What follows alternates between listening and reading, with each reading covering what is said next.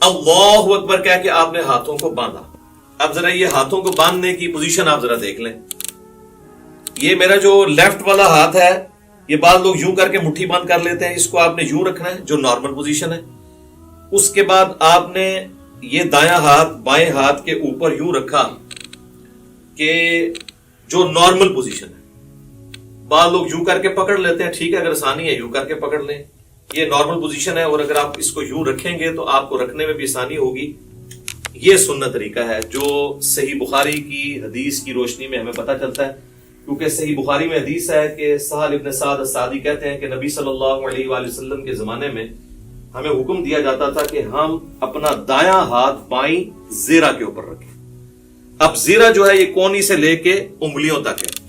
اور ابو داؤد اور نسائی کے اندر حدیث ہے کہ نبی علیہ السلام نے اپنا دایاں ہاتھ بائیں رزق را سین غین کف اور ساعد پر رکھا. ساعد کہتے ہیں کف سے لے کر کونی تک. یہ کف کا لفظ تو اردو زبان میں بھی استعمال ہوتا ہے, یہ عربی کا ہے. اور یہاں انگلی سے لے کے کف تک رزق کہلاتا ہے, اور اس پورے کو ہم کہتے ہیں زیرہ. اور آپ دیکھیں پرانے زمانے میں جب جنگیں لڑی جاتی تھی تو زیرہ پہنی جاتی تھی, پورے جسم پہ بھی پہنی جاتی تھی. اور اس طرح صحیح مسلم میں اتنا ہی ملتا ہے کہ نبی علیہ السلام نے اپنا دایاں ہاتھ بائیں ہاتھ پر باندھا. ڈیٹیل بخاری میں اور ابو داؤد میں اور سنن نسائی میں ملتی ہے.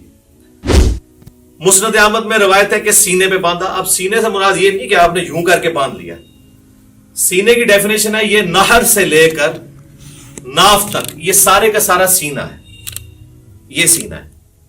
اس میں جہاں پہ بھی لائی کرے گا تو آٹومیٹکلی آپ دیکھیں جب آپ یوں کریں گے اور یوں رکھیں گے تو وہ ایک خاص پوزیشن پہ آئے گا جو نہ بہت اونچا نہ بہت نیچا, ناف سے برل یہ اوپر ہی ہے اور نہر سے کافی نیچے ہے. یہ نارمل پوزیشن. اسی پوزیشن میں جب آپ جماعت کے ساتھ نماز پڑھیں گے تو پاؤں سے پاؤں بھی ملا سکیں گے اور کندھے سے کندھا بھی. جیسے ہی آپ یہ اوپر چلے گئے تو پھر یہ دیکھیں کونیاں ملیں گی, کندھا نہیں ملے گا. اسی طریقے سے میرے بھائیوں جب آپ ناف سے نیچے ہاتھ باندھتے ہیں نا تو یہ خلاف سنت ہے.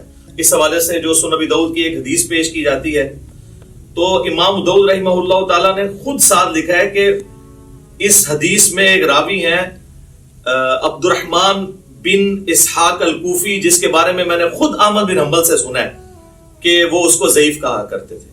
اور یہاں پر لوگوں نے یعنی وہ روایت تو پیش کی لیکن ساتھ جو امام کا حکم تھا اس کو سکپ کر دیا. تو ایسے بھی نہیں کریں گے, ایسے بھی نہیں کریں گے, بلکہ اس طریقے سے ہاتھ باندھیں گے جو سنت طریقہ ہے. یا پھر دوسرا طریقہ یہ ہے کہ وضع الیدین کی بجائے ارسال الیدین کیا جائے.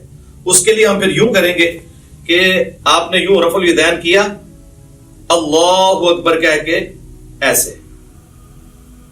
بعض لوگ بالکل ایسے ساتھ ملا لیتے ہیں, بعض مٹھیاں بند کر لیتے ہیں, بعض ایسے کر کے کھڑے ہو جاتے ہیں. بالکل غلط ہے. بالکل نارمل پوزیشن پہ جہاں پہ آئیں گے یہ ارسال الیدین ہوگا. یہ بھی سنت ہے, اگرچہ اس حوالے سے جو سنن طبرانی کی روایت ہے اس میں خصیب الجحدر راوی جو ہے وہ ضعیف ہے, لیکن چونکہ موقوفاً روایتیں عبداللہ ابن زبیر سے ملتی ہیں المصنف ابن ابی شیبہ میں, بلکہ مصنف ابن ابی شیبہ میں پورا چیپٹر ہے ان صحابہ اور تابعین کا بیان جو ہاتھ باندھ کے نماز پڑھا کرتے تھے اور ان صحابہ اور تابعین کا بیان جو ہاتھ کھول کر نماز پڑھا کرتے تھے. یہ دونوں طریقے سنت ہے. اور میں نے تو سنن ابی داؤد کی جو 730 نمبر حدیث ہے اس سے بھی یہ چیز ثابت کی ہے کہ انڈائریکٹلی ابو حمید سعدی کی جو 10 صحابہ والی حدیث ہے وہ بھی اس کو سپورٹیو ہے کہ ارسال الیدین کرنا بھی سنت ہے. اس پہ میرا کلپ الحمدللہ لاکھوں لوگوں نے دیکھا ہے, فیس بک کے اوپر بھی, یوٹیوب کے اوپر بھی. آج میں اس ڈیٹیل میں نہیں جاؤں گا. بہرحال ارسال الیدین بھی سنت ہے. الحمدللہ ہم دونوں طریقے سے نماز پڑھتے ہیں. کم از کم میں ایک نماز ضرور ارسال الیدین سے پڑھتا ہوں, لیکن میں وضع الیدین کو اس لیے پریفر کرتا ہوں کہ میں یہ خواہش کرتا ہوں کہ میں اللہ تعالیٰ کے سامنے اس حال میں بھی کھڑا ہوں. اب جو لوگ صرف ارسال الیدین کرتے ہیں وہ اس سنت سے محروم ہو جاتے ہیں. اسی طریقے سے جو لوگ رکوع کے بعد ہاتھ باندھنے کے قائل ہیں وہ بھی اس سنت سے محروم ہو جاتے ہیں. تو ہم اس سنت پہ بھی عمل کرتے ہیں اور اس پہ بھی. رکوع سے پہلے یوں اور رکوع کے بعد ارسال الیدین, اس پہ تو اجماع ہے اہل سنت کے تمام مکاتب فکر, حنفی, شافعی, مالکی, حنبلی اور اہل حدیث بھی. یہ تو چند علماء عرب ہیں جنہوں نے یہ کام ڈالنا شروع کیا رکوع کے بعد ہاتھ باندھنے والا. اس پہ تو اجماع امت ہے اور میں نے دلائل کے ساتھ ثابت کیا. صحیح بخاری میں اس کے اشارے موجود ہیں سنن ابی داؤد کے اندر ابو حمید سعدی والی حدیث میں اس کے اشارے موجود ہیں کہ ارسال الیدین کیا جائے گا رکوع کے بعد. تو لہٰذا دونوں طریقے سنت ہیں. ارسال الیدین سے ہم نماز پڑھتے ہیں, فرض نماز پڑھتے ہیں, سنیوں کی مسجد کی پہلی صف میں پڑھتے ہیں, چاہے کسی کو برا لگے. الحمدللہ, مطلب اس میں تو کوئی آر نہیں ہمیں اس بات کو کرنے میں. تو ارسال الیدین بھی سنت ہے اور وضع الیدین بھی سنت ہے.